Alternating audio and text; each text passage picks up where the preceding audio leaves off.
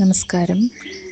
ഞാൻ 725/2022 category rank ലിസ്റ്റിലെ ഒരു ഉദ്യോഗാർത്ഥിയാണ്.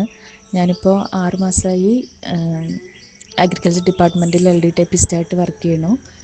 എരുത്തിയമ്പതി ഗവൺമെൻറ് ഫാമിലാണ് LD ടൈപ്പിസ്റ്റായിട്ട് വർക്ക് ചെയ്യുന്നത്. ഞാൻ ജനറൽ PSCക്ക് വേണ്ടിയിട്ടാണ് പ്രിപ്പയർ ചെയ്തുകൊണ്ടിരുന്നുണ്ടായിരുന്നത്. പിന്നെയാണ് ഈ LD ടൈപ്പിസ്റ്റ് എക്സാമുകളെ കുറിച്ചൊക്കെ അറിഞ്ഞത്. പിന്നെ ഞാൻ ടൈപ്പിംഗ് പഠിച്ച് മലയാളം ലോവർ, മലയാളം ഹയറും ഇംഗ്ലീഷ് ലോവറും KGT എക്സാം എഴുതിയിട്ട് അത് ക്ലിയർ ചെയ്തു. പിന്നെ LD ടൈപ്പിസ്റ്റിൻ്റെ നോട്ടിഫിക്കേഷൻ വന്നതിൽ അപ്ലൈ ചെയ്യുകയാണ് ചെയ്തത്.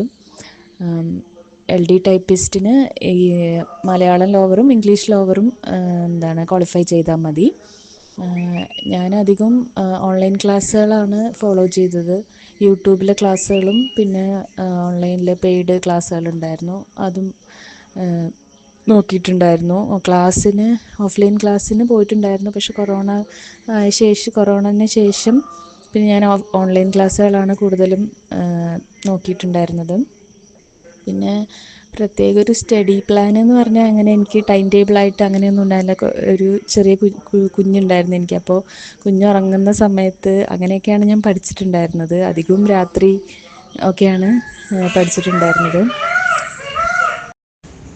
LD ടൈപ്പിസ്റ്റ് എക്സാമിന് 40 മാർക്കിന് നമ്മൾക്ക് കമ്പ്യൂട്ടറിൻ്റെ ക്വസ്റ്റ്യൻസ് ആയിരിക്കും.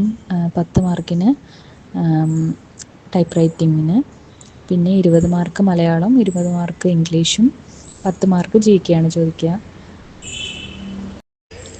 ടൈപ്പ് റൈറ്റിങ്ങും കമ്പ്യൂട്ടറും പ്രീവിയസ് ക്വസ്റ്റ്യൻസ് തന്നെ നമ്മൾ കുറേ വർക്കൗട്ട് ചെയ്താൽ തന്നെ നമുക്ക് കുറേ സ്കോർ ചെയ്യാൻ പറ്റും. അതിൽ തന്നെ എല്ലാം റിപ്പീറ്റഡ് ക്വസ്റ്റ്യൻസ് തന്നെയാണ് ചോദിക്കുക.